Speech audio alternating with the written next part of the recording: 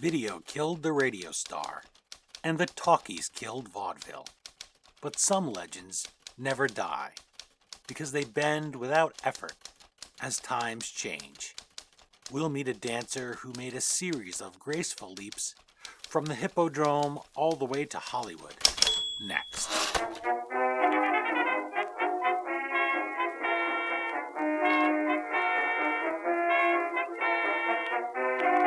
Hello, history lovers, and welcome. I'm your host, Dean Carianis, and this is the History Author Show on iHeartRadio. Now, number one in podcasting, thanks to loyal listeners like you. The song you're listening to is a real special treat. It's called the Gertrude Hoffman Glide from 1913. It's a two-step that's named after the subject of today's conversation. And when I go back into the archives and look for some music to use for each week's show, it's always a stunner when I find something that not only is related, not only that's maybe performed by the person, but in this case, that her husband wrote for her and that you could have bought in the Sears catalog in 1913 and enjoyed right at home. That gives you some idea of how special and famous at the time was Gertrude Hoffman. Joining us in our time machine is the Hargis Associate Professor of American Literature at Auburn University, Sunny Stalter-Pace.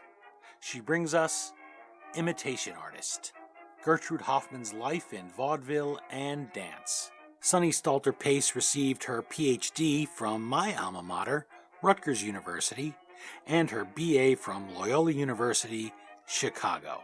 Her previous book is Underground Movements, Modern Culture on the New York City Subway. You can find our guest online at sunnystalterpace.com or slstalter on Twitter. Our subject was born in 1883 as Katherine Gertrude Hay. She broke into show business as a mimic, copying the highbrow performances from European artists and popularizing them for a broader American audience.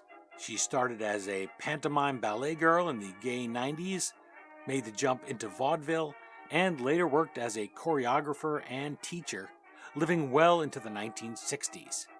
That is a long career and a long life, and one that saw a lot of change.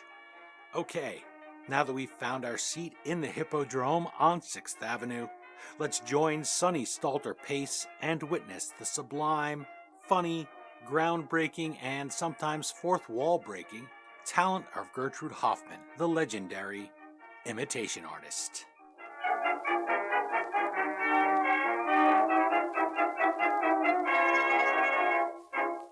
I'm joined on the line by Sunny Stalter-Pace, author of Imitation Artist, Gertrude Hoffman's life in vaudeville and dance.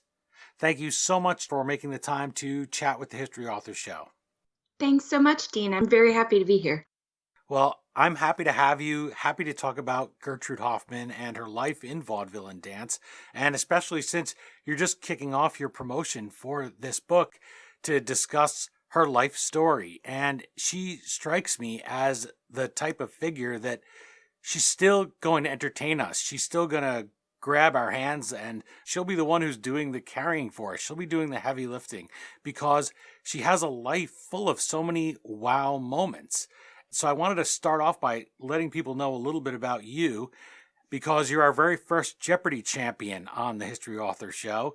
That got me to thinking that there has to be something that takes a lot of persistence and a lot of dedication, not to mention a lot of knowledge here, to win on the ultimate quiz show.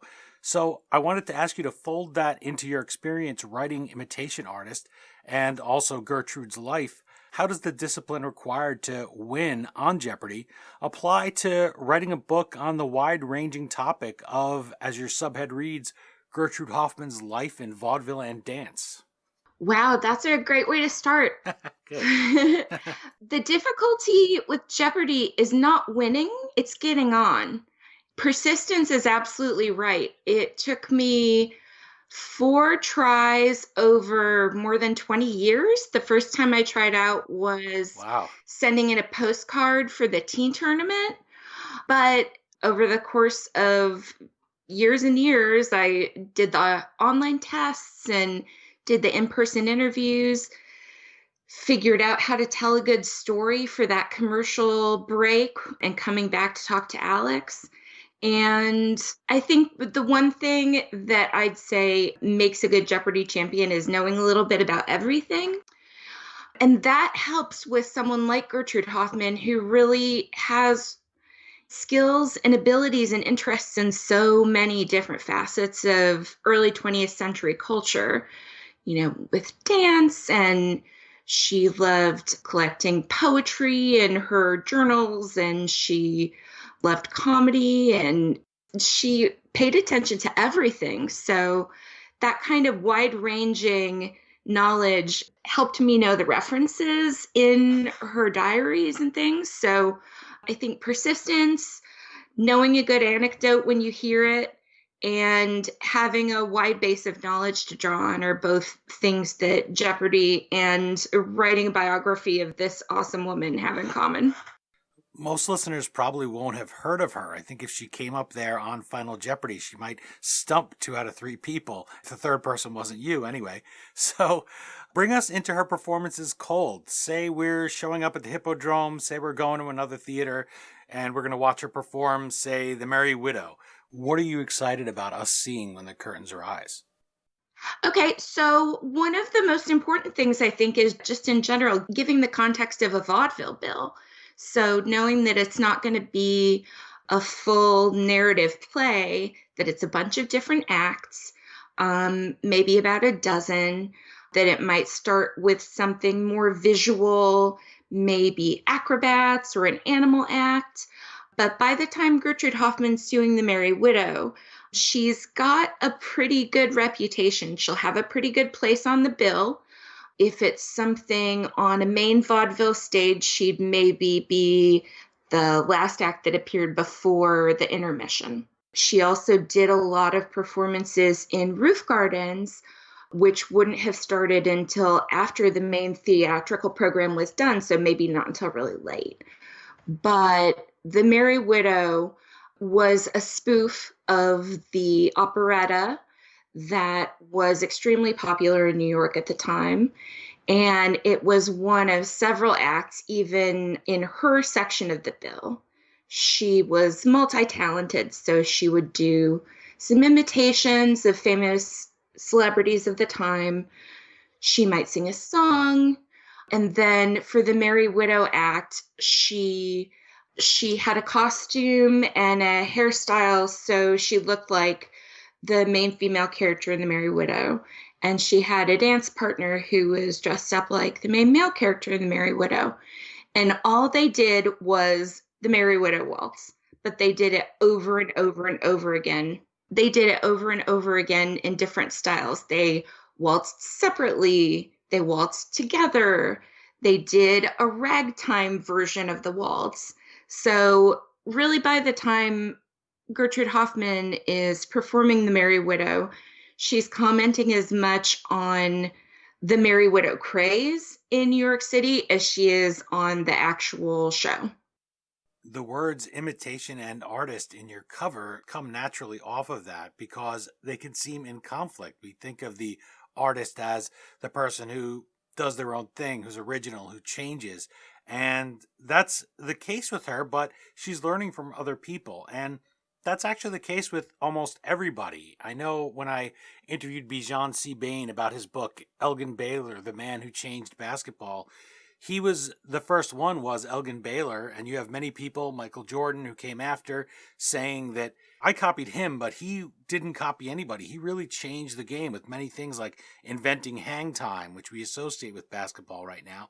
Now, that's not an artist in the sense of somebody who's doing dance, but as far as being an original, everybody builds on somebody else to some extent. I mean, even Even Elgin Baylor had to have somebody invent the game, right? The Abbott and Costello, here are guys from Vaudeville that go back to Vaudeville. They didn't invent Who's on First. If you hear from old vaudevillians or old people who study the history of vaudeville, they'll tell you they did it better than anyone else. They made it their own. They really adapted it, and that's what happened. In fact, I think they used to say that the only crime was if you did someone's material better, but everyone expected you to borrow jokes and share bits and test them out and see what you could do. Almost like playing Hamlet. If you play your version of Hamlet in a play, nobody accuses you of ripping off Sir Laurence Olivier or ripping off Shakespeare. It's your interpretation of it. And I guess that's what I got here from reading about Gertrude Hoffman. She was working with what other people did and then putting a spin and changing it and adapting it and finding a way to make it speak for her. So how does what you call the paradox of Gertrude Hoffman help her get her foot in the door so that she does have that room to breathe and grow as an artist and find her own voice on stage? Well, yeah, I think you're absolutely right that art, and whether we're talking about, vaudeville skits or basketball, tap dancing is another very notable art that's built so much on borrowing, imitation, and addition. And Gertrude Hoffman is very much of her time. She became famous during a time when vaudeville was going through what was called the imitation craze. So that could be imitating celebrities, that could be imitating the accents of people from all of the boroughs of New York City. It could be imitating, just any kind of imitation was seen as interesting and impressive. And Gertrude Hoffman had done, some work in musical comedy. She had gotten a certain amount of fame in San Francisco as a girl in the chorus and moved to New York. And she could dance, she could sing, she could arrange a stage picture. But the thing that really took her to the next level was finally figuring out how to do comic imitations. And the place where that really clicked for her was she did an imitation of Eddie Foy Sr. And that was something where she had gone out and gotten a couple of additions to her costume, and she really figured out how to nail it and got the instant reaction from the audience that told her, yeah, this is what you're really good at. And that was around the time that her husband, Max Hoffman, had started working on a new show that Florence Ziegfeld was going to produce for Anne Held, who was his partner at the time. They always worked together as a couple for almost their whole entire life. And Max Hoffman had tried and tried to get a part for Gertrude in this Anne Held play called The Parisian Model. And, they couldn't find a place for her. They figured out, okay, she knows how to dance. Maybe we'll give her a dance number. This is one of my favorite stories just because it sounds like, something from Busby Berkeley. She supposedly, you never know with Gertrude, was doing an imitation of Anna Held to make other people in the cast laugh. And then Anna Held walked in on her and, everybody went silent. She thought she was going to be fired from the show. But Anna Held said, oh, no, you should do this other song instead. We'll get you on the program doing this other song before I come out. That'll be really good. And they were really good friends after that, even after Ziegfeld married Billy Burke and Anna Held, her career kind of plateaued and then went down. But yeah, they were always really good friends because they had a really good sense of their own personalities, and Anna Held had a really good sense of how Gertrude's imitation kind of set her off. You mentioned Max Hoffman, Gertrude's husband. He composed the song that I played in the introduction, the Gertrude Hoffman Glide.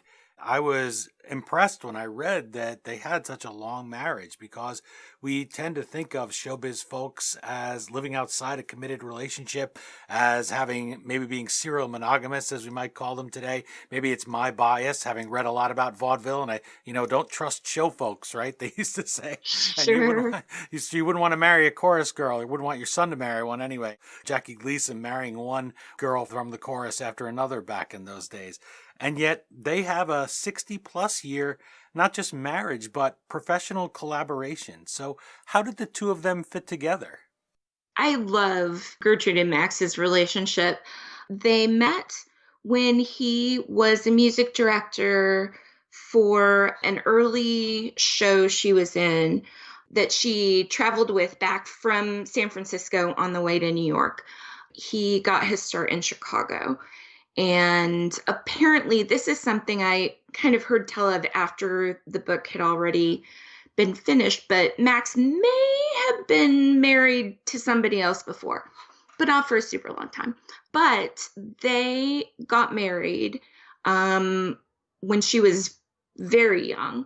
She had to lie about her age on the marriage certificate to be over 18, but they really clicked. He was really well known as a ragtime composer and arranger, and she was really experienced in the kind of physical side of things and dance and arranging groups of girls on stage. And they ended up being a really good package deal where somebody could hire them to work together on a roof garden show, for example, on a new musical comedy, and kind of have all the different parts of the production worked out between the two of them. And then later, she was more famous, and he ended up being mostly her music director, but also sort of her manager, advocating for her. Yeah, it was just a great partnership. She knew about older forms of performance, the kind of big pageants and pantomimes. And he knew about newer forms of music like ragtime, and they really fit together. It's nice they click nicely together, especially when times are changing so much and it would be easy to be pulled or pushed, especially when you have a couple that are both in the same business. Sometimes that can lead to rivalries and jealousies and problems, and not to mention you're out on the road. It's just a tough business. So that tells you something about Gertrude Hoffman right here, the woman we're going to meet in Imitation Artist. You talked about the roof gardens. I mentioned the Hippodrome a couple of times, and those may sound very different to modern New Yorkers, because right now, if you want to see the Hippodrome, what you have to do is walk down 6th Avenue on the east side. What is it, 43rd, I guess? And you walk down 6th Avenue, and there's a bank there now, but they do have a lovely mural inside of what the Hippodrome used to look like. So that's what you have to do. So that's the era, and that is something that is hinted in my 1925 song that I use as a theme here on the History Author Show, New York Ain't New York Anymore. And they talk about all the changing styles of the city. Something that you wrapped into Imitation Artist here is you talk about the creative destruction of New York City and how that mirrored Gertrude's rise. And if you look back at those old pictures of the skyline of New York, you see how much it changes in just 10 years, 15, 20, 30 years, especially after the Great War, which is the point that's made in that song. So describe how the two reflected each other, and was there an aha moment that hit you, or did it just seem obvious that here's the city changing and she's changing with it? Well, my first book was about New York too. It was about modern literature and the New York City subway. So that's kind of my happy place, thinking about early 20th century New York. But really, the aha moment for me was reading in her diaries when she talked about arriving in New York before Times Square was Times Square, before Times Square was even Longacre Square, when it was just horse stables and a couple of restaurants and a couple of theaters. And she always really admired Oscar Hammerstein the first, because she saw him as a kind of pioneer in that area of New York City, building it up as a theatrical capital. Gertrude and Max lived in the Times Square area, and their son, Max Jr., and they lived at a boarding house. And when I was looking at it was probably the New York Times Online, but I realized that they were living in a boarding house around Times Square the new year when Longacre Square was named Times Square for the New York Times building. So that just seemed to be a really cool moment of realizing that they're growing up at the same time that this part of the city is growing up around them.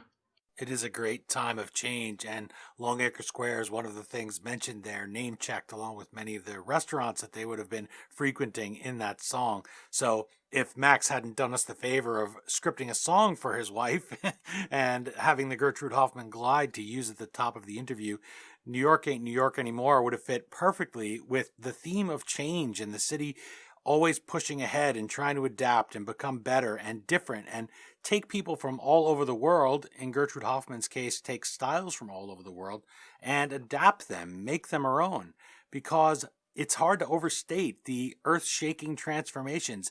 In the case of things like digging the subway and putting up those skyscrapers, getting the foundations there. Anyone who's ever walked past a construction site in New York City or had one, heaven forbid, being built next to your studio, as we had at the iHeartRadio building recently across from Carnegie Hall, they're hammering those pylons into the ground to try to anchor that skyscraper. So the ground is literally changing and shaking around her. And she's constantly shaking the foundations of her performances, of her skills. She goes from vaudeville and Victorian pantomime all the way through to more modern entertainment.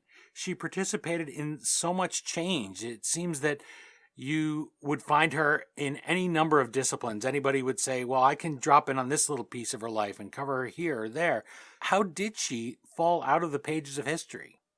Yeah, that was what I wondered when I found out about her, actually. I thought, wait, there's a woman who did a bootleg version of the Ballet Russe and toured it across America before the original company came here from Paris? How have I not heard of that before? It's amazing. And one of the things that I tried to draw out, with having such great resources from her diaries that are held at the Wake Forest Special Collections, she was really thinking about how she was going to be remembered, or trying to ensure that she would be remembered, because she lived through the end of vaudeville and saw, okay, so some people are going into burlesque and some people are going on the radio. She ended up going this sort of nightclub pathway. That's where all the flash acts tended to go. Like if you could stage dance routines and really nice spectacles, then you could go into, staging a floor show or a nightclub full of chorus girls. So, yeah, she was thinking about that. She was writing about that. She was cutting out newspaper clippings about biopics that were going to be made about different vaudeville stars. And I think what she realized, or at least what I realized looking at her process, was that so much of the history we know of that period is based on what got memorialized after World War II. So in the kind of MGM musicals, not just Yankee Doodle Dandy or something earlier, but the kind of glossy musicals from the 50s that are looking back on that period, like a Singing in the Rain kind of thing. And she doesn't end up being part of those histories. So yeah, it's interesting. It's been interesting to recover. You mentioned some names in there that people will recognize. Hammerstein, Ziegfeld, Schubert, Josephine Baker, Ethel Barrymore. These are people who all appear as contemporaries throughout Imitation Artist, throughout Gertrude Hoffman's life. I thought of Josephine Baker as soon as you talked about the nightclub scene. What will readers learn about those figures from Broadway's golden age? Yeah, well, my favorite thing that I figured out about Ziegfeld was that he threatened to sue Max Hoffmann for This is a little bit of backstory for this, but basically, when Gertrude Hoffman left the Parisian model, Max Hoffmann left too, and he had been under contract to write the music before Ziegfeld came on. So he took all the copies of the score out of the building. And, they didn't have backups or anything. So he took the copies of the score out of the building as a bargaining chip to say, no, you need to keep me on as the music director. You need to pay me throughout, through this certain period of time. And Ziegfeld had him thrown in jail. Wow. The trial ended up working out in the Hoffmann's favor. Ziegfeld was trying to prosecute him for basically stealing the paper that the score was printed on, because the music did actually belong to Max Hoffmann. He wrote it under contract for a different person. That was kind of one of the moments when I realized, like, wow, they really had guts, And let's see, Ethel Barrymore as an actress, she comes up in a couple of fun stories. I don't know why Gertrude Hoffman really liked doing kind of savage imitations of Ethel Barrymore, maybe because she was taken more seriously as an actress. And that's something that Gertrude Hoffman always, secretly wanted and never really got. But she liked to do imitations of Ethel Barrymore from before and after she had a baby.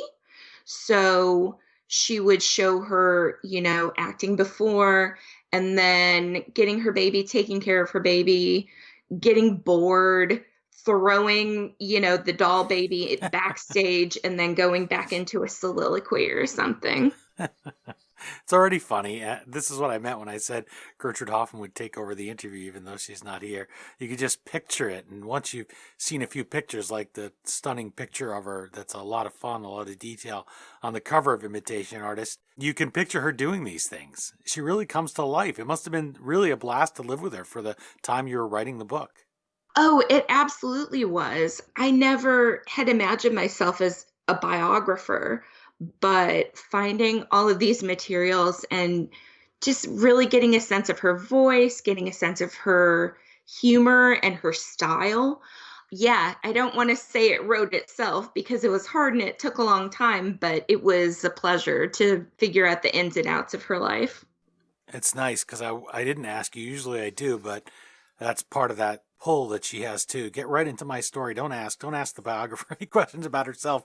I'm not saying she was someone who didn't want to share the spotlight, but she's just so compelling that I didn't even ask when you discovered her. How did you come across her? How did you take this unlikely route to becoming a biographer of Gertrude Hoffman? Well, it was because of the New York subway, actually. I thought that my second book was going to be, my first book was about the subway in literature in kind of a broad sense, some poetry, some fiction, some drama. And the second book, I wanted to stick with the subway and really go into looking at plays that were set on the New York City subway. And I was kind of noodling around on the New York Public Library, the site that has all these digital documents on it, looking for subway plays, and found a vaudeville program that talked about a tango at a subway entrance, and thought, oh, that sounds really cool. Who did that? Saw that it was Gertrude Hoffman, looked her up, and just totally got sucked in to her story. So yeah, it's the subway that got me there. How great is that? I take the A train in my head. You got on the Gertrude train and she just took you on this ride. Yeah, exactly. There was one thing that jumped out at me from the book that I think will be of interest to modern listeners, and that's that this is the age of minstrel shows to some degree or another in New York City, dressing up as people of other races. And this is something that we even had Katharine Hepburn do in one movie that is pretty universally panned now. And it was part of those performances. And she does perform at one point. There's a picture in Imitation Artist in brown makeup from head to toe. So I wanted to ask you about the context of that and how should people look at her expression today as modern readers who may view that as really distasteful or who may not understand that that was part of the way that people would perform back in the vaudeville days, and what the opposition to her shows would have been when she did that at the time for other reasons, because she was always an artist that people were, I don't know if you'd say recoiling at, but there was always critics, right? That's why they called them critics, because they were critical. And I really loved the hard time that she gave them, how she gave them fits. So what would the things that have been that were controversial about her at the time? And what do you think about the acts that she did when she would put on the makeup to darken her skin? Yeah, that's something that my original editor at Northwestern University Press had really encouraged me to think about. And I think it added a lot of depth to my consideration of Hoffmann's performances to think about how she's working within the racial stereotypes of the time. The first thing I should say that I think is troubling but also super fascinating is what she was opposed for. The things she got into trouble with in her shows was nudity. Female nudity was always the most troubling part of her show to people in that time. Dancing barefoot, dancing with bare legs and no tights on, that was always the thing that made her scandalous.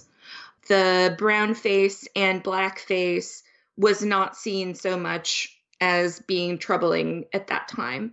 She used blackface in her imitations of performers who performed in blackface, including Bert Williams, who was from the Caribbean and who was black.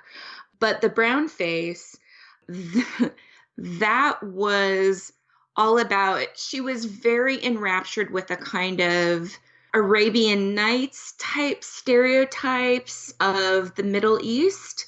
And her head to toe brown face was for playing the role of the beautiful slave of fateful enchantment in a pantomime called Sumeroon that was based on a story from the Arabian Nights. So it's something that I didn't want to shy away from.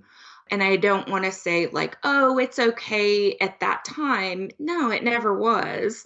But this was a way that white women in the early 20th century could sort of play dress up and get to be sexier or get to be different than what they were allowed to be on stage. So, and it ends up being used in that way in a lot of her performances. It reminds me of Robert Downey Jr., who dons the black makeup in Tropic Thunder. I think the dividing line for people, why we accept something like that today, because that's a recent movie, right? That's not talking vaudeville, is if the joke is not just, well, I have dark skin, or, oh, the joke is that I have a funny accent or a different accent or what have you.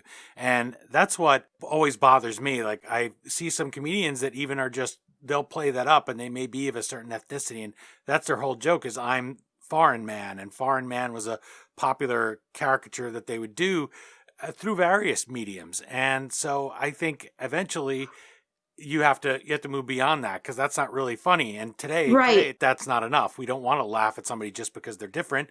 We want to embrace their styles. And I feel like that's the important part of her is that she would want to imitate the styles and things. She wasn't doing that. She was doing that as part of the illusion she was creating. It wasn't that, oh, now I'm going to play a stereotypical mammy or something. Absolutely. And that becomes even more and more prevalent in the later part of her career when she's dance teacher. She's super fascinated by the rise of ethnic dance, Spanish dance after the war. She's always wanting to figure out how these different styles work. You're enjoying my conversation with Sunny Stalter-Pace, author of Imitation Artist, Gertrude Hoffman's life in vaudeville and dance.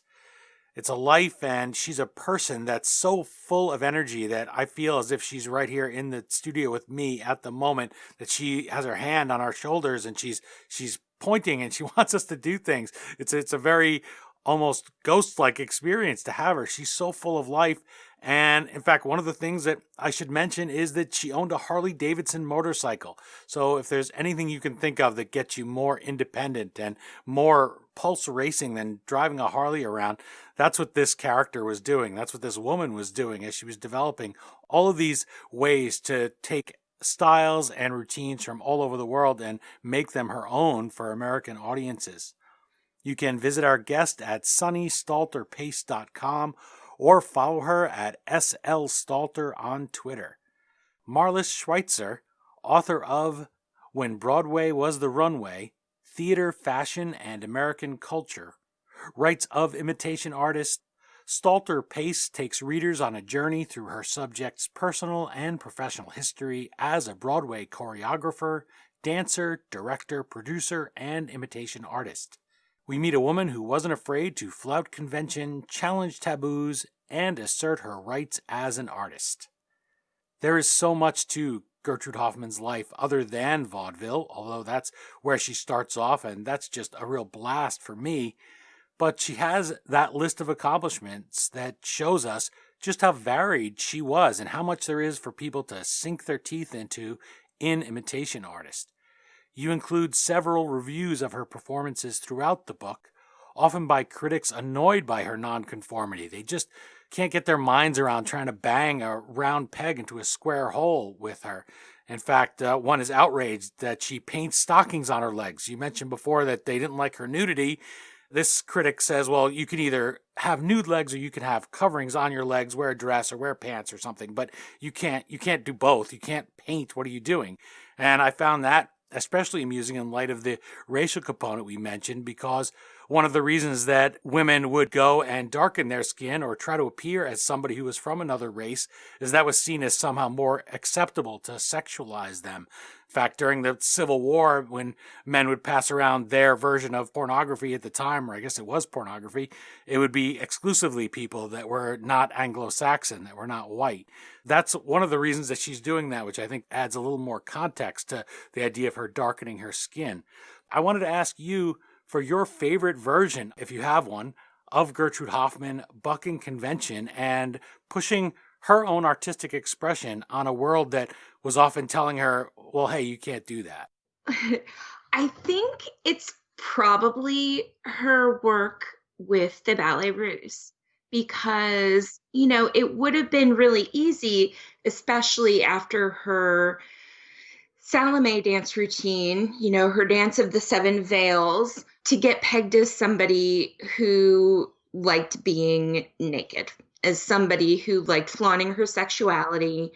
And there's definitely something about that in the Ballet Russe, but it's just this whole production. She thought of herself as a director and a stage manager from a very early age. So when she went to Paris and saw these Russian ballets being performed with amazing costuming and amazing set design and super innovative choreography and music, she wanted to recreate that whole effect. So the fact that she didn't just take the comic route or take the sexy route, but also wanted to bring in the highbrow stuff from Paris that she loved too, I think that's really boundary pushing and interesting. And even with the painted on stockings, those were supposedly designs that had been imagined by Leon Bax, who was one of the designers for the Ballet Russe.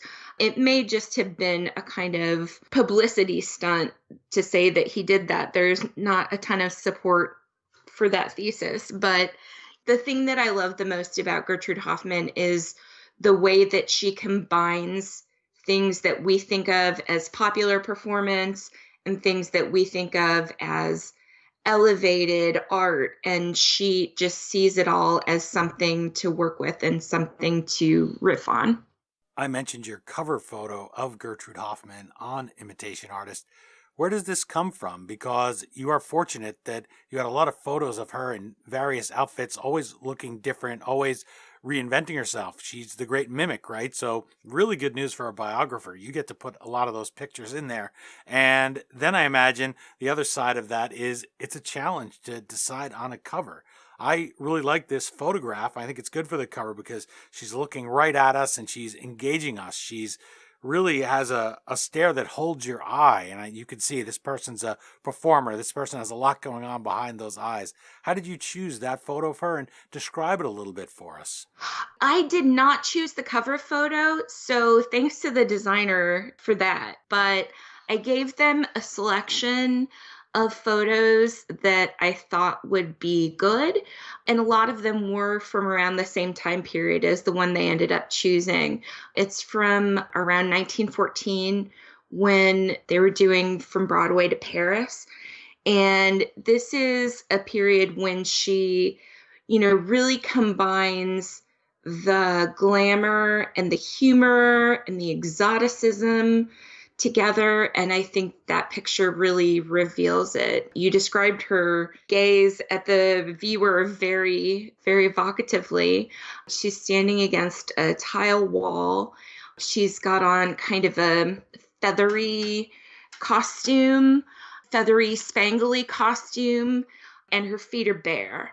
And I love the little smile she has too, because it seems like she maybe thinks it's a little bit of a joke. That even in the midst of wearing this and posing this way, she doesn't take herself entirely seriously. That's what the critics of her Salome performance that I tend to agree with the most said too, that it was showing this kind of elegant performance and then deconstructing it at the same time.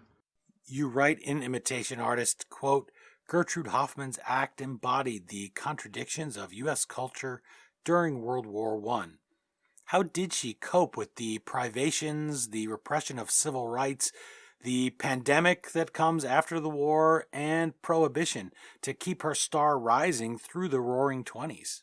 Yeah, I mean it's such an interesting time to think about what she went through in the midst of the Great War and after the war. She got the Spanish flu in the second wave of the pandemic. And one of the things that really struck me when I was doing research for this period in her life is reading old copies of Variety when they started listing the names of vaudeville performers that enlisted in the war, listing the names of vaudeville performers who died in the war, and then started listing the names of vaudeville performers who were sick with influenza and who died of influenza. It really brought it home to see how it would have affected this community so directly. One of the other things that I thought was really interesting about how she responded to the war, there were a lot of things that vaudeville performers were asked to do during the Great War. They had to give up a lot. They couldn't have as many chorus boys, had to have a lot more chorus girls instead because the chorus boys were enlisting. Makes sense. Yeah. So she ended up bringing her son, she and Max Hoffman Sr.'s son, Max Jr., into their act.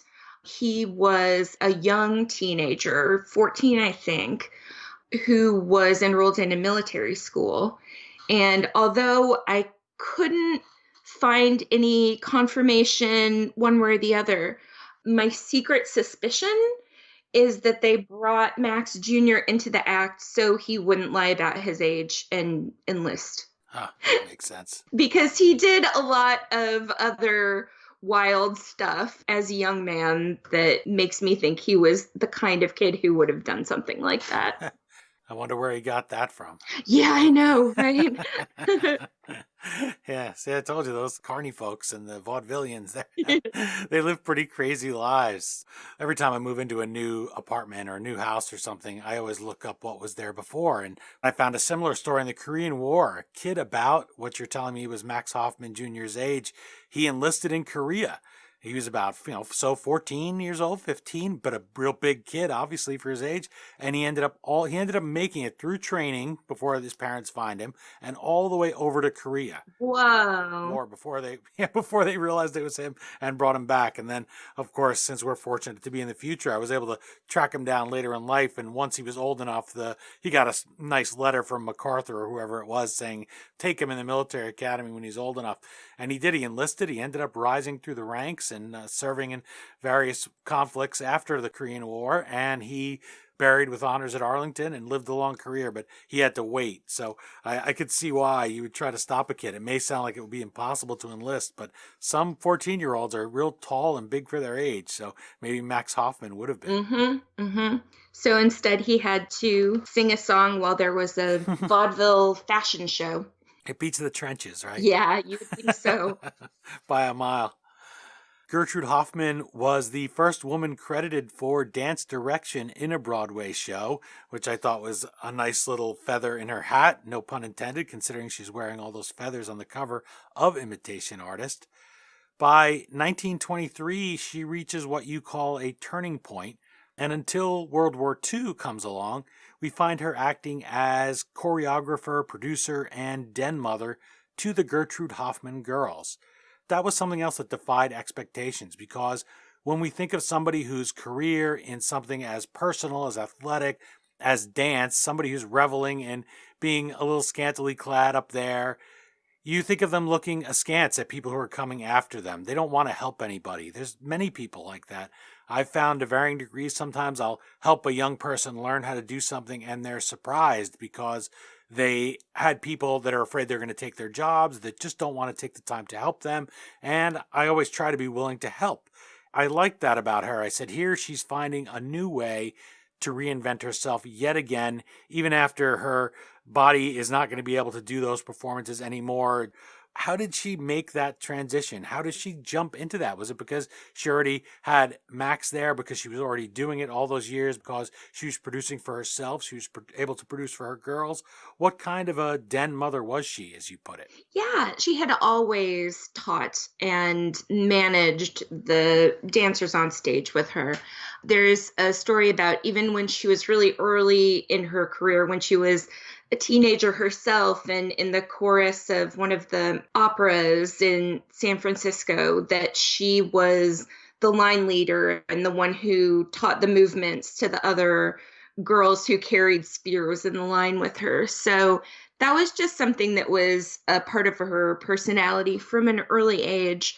And by 1923, vaudeville is definitely waning, and kind of last gasp, the thing that replaces it for a little bit is the review. And revues had tons and tons of female dancers.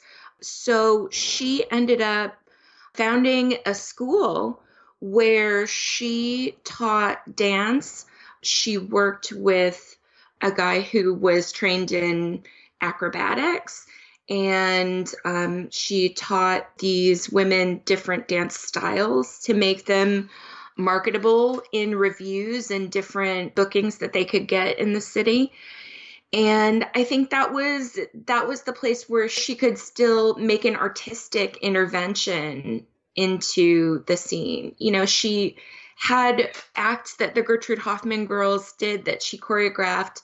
There were things that were hardly even considered dance. They had a fencing act, and they had acts that were like what people do on aerial silks right now. So it was just a way of kind of stretching her creative muscles when she wasn't still being the person on stage. When she can't be a person on stage anymore, it's because, as happens to any dancer, your body eventually wears down. Having worked for 20 years, over Radio City Music Hall, I know that there's many Rockettes. I know one in particular, and that's a lot of jumping and dancing on those hardwood floors. So eventually your knees, your body will wear out. While performing her Anne Pennington imitation at the Alhambra Theater on the New Year's Eve show, Gertrude Hoffman suffers an injury. Now, I wanted to ask you, how did that moment impact and coincide with the death of the vaudeville system? Because you talked before, or we talked, about how the city rising and falling and being creatively deconstructed mirrored her career. So how does that slide out of the vaudeville system? How does its losing popularity and market share, as we'd say today, to other forms of new entertainment reflect her final years in vaudeville? Well, I think that marks the period when she really goes back to being a dancer, to being a dance teacher. She really champions the Americanization of ballet. So, even though she's working to popularize Russian ballet in the very early 20th century, by the 1920s, there are Russians who are over in New York and really moving between working in a popular arena like a Hippodrome show and doing concert dance. And that's the model she saw that she really longed for herself. So, one of the things that she does is she starts thinking about, okay, how can I get into these more serious artistic forms of dance? When you're someone who isn't brought up doing ballet, that's not really something that you can take up at 30 and be really good at. But she starts working with people who do that. She starts working with people who promote dance in America and dance as an American value and American art. So yeah, I think the twisting her ankle when she's trying to do the black bottom dance that Ann Pennington famously danced, that ends up being the period when she starts moving away from popular dance and more toward thinking about ballet and actually eventually modern dance in the period too.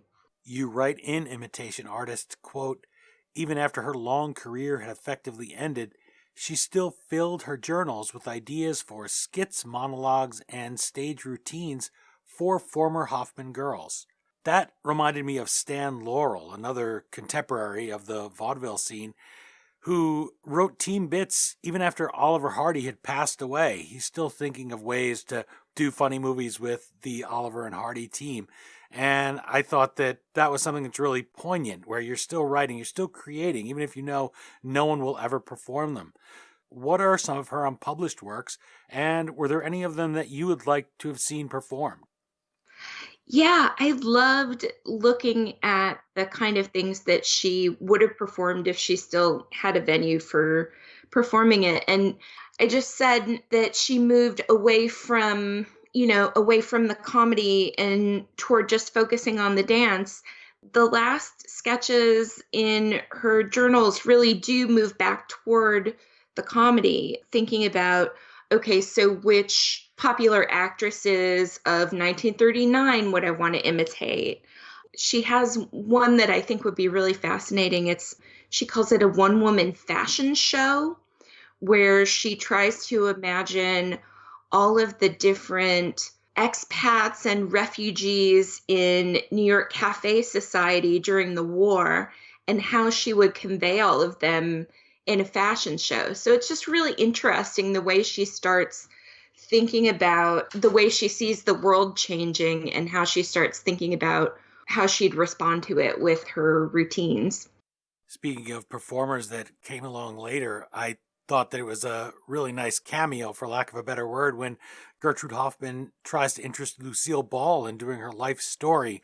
And you say that even though Lucy may have done a little bit of everything herself, that made it a challenge, or not that Lucy shied away from a challenge, but it was hard for one person to embody her.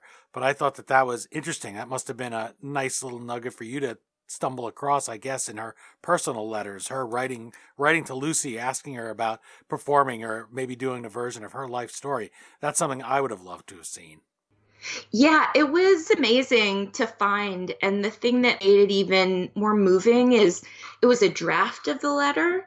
So I don't know if it was ever sent. I tried finding some stuff out on the other side and, found out that Lucy had been considered for a couple of different kind of nostalgic stories about that period, like even Fanny Bryce role or, the stock company role. But looking at this letter, the first page is written out in this handwriting that I know really well. And then the second page of the draft is written in pencil on a paper napkin. Huh. And for some reason, that was just so moving to me, that it was just so fragile, and that, I had this sense of just something that had been sitting on her desk that she grabbed to write on. It really gave me a sense of her as a person trying to make sure that she was remembered. Well, she's certainly remembered now thanks to Imitation Artist. I hope people will pick up the book and enjoy her as much as I've enjoyed getting to know her. It's time for the curtain call, but I wanted to squeeze in one final question for you. What do you hope modern readers and modern performers, or people in any discipline, will learn about perfecting their craft and from changing and being nimble and adaptive from reading Imitation Artist?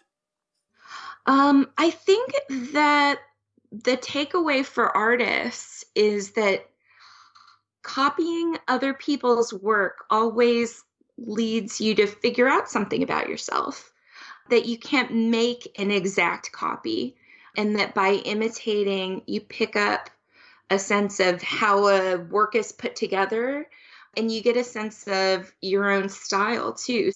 I'm a teacher, so that's my takeaway. And maybe also one of the reasons I like Gertrude so much is she has that teaching element to her career. But thinking about the way imitation leads you to figure out how art works and what your own style is.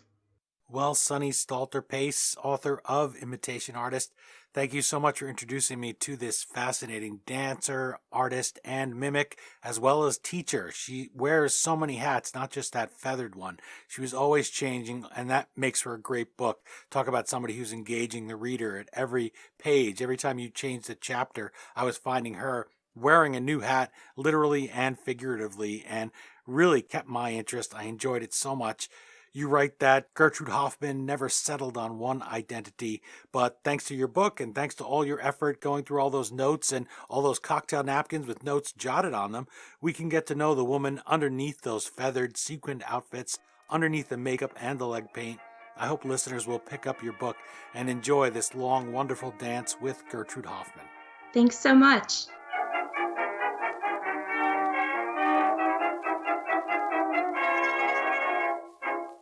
Again, the book is Imitation Artist, Gertrude Hoffman's life in vaudeville and dance. As always, you can find the Amazon link to purchase your copy at thehistoryauthor.com page for this episode. By buying books through us, you help keep the flux capacitor on our time machine humming like usual. My thanks to Sunny Stalter-Pace for joining us and for giving a transformational, talented mimic the place in history she so richly deserves. Visit sunnystalterpace.com for more on today's guest, or follow her at SLStalter on Twitter. And while you're at it, let us know what you think of the book and the interview on Twitter at HistoryDean, Instagram at The History Author Show, or Facebook.com/HistoryAuthor. You can also dig into our archives for more Gilded Age fun. And remember, we now have a YouTube channel. So if you'd like to listen there, we try to be everywhere you'd want to be. And remember, we have a YouTube channel now with our full archive of almost 200 interviews. We try to be everywhere you'd want to be. That's it for this vaudeville installment of the History Author Show. I hope you'll join us for our next all-new interview right here on iHeartRadio. And if you're an iTunes subscriber, please take a minute to leave us a review. Well, until our next trip into the past together, thanks so much for two-step time traveling with us today, and have a great week.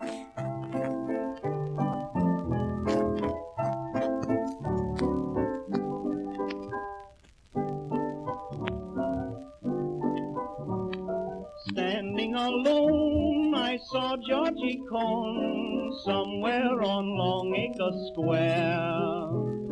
Crowds passed him by, I heard Georgie sigh. Nobody noticed him there. I asked him why he didn't smile. He said in that old Cohen style, "Oh, New York ain't New York anymore. How I miss those old pals of mine. The sawdust is gone from the floor where we harmonize Sweet Adeline. On the east side, west side, things ain't like before. There are tears in the eyes of the regular guys. Oh, New York ain't New York anymore. I remember he said when I first hit Broadway, New York was New York and the white way was gay. There was Sherrys and Murrays and Rectors, you know, the Claridge and Churchills and Delmonico. Music and laughter, and the prices were right. A $10 bill meant a wonderful night. And then came the day Broadway wasn't prepared, when the newsboys yelled extra, war is declared. But the hand that held glasses of wine in the air were the first to hold guns when I rode over there. The boys won the war and came home from the fight. The last night on Broadway was almost as nice. But ever since then, it's a different street. Gone are the places where the gang used to meet. We still call it Broadway, but what's in a name?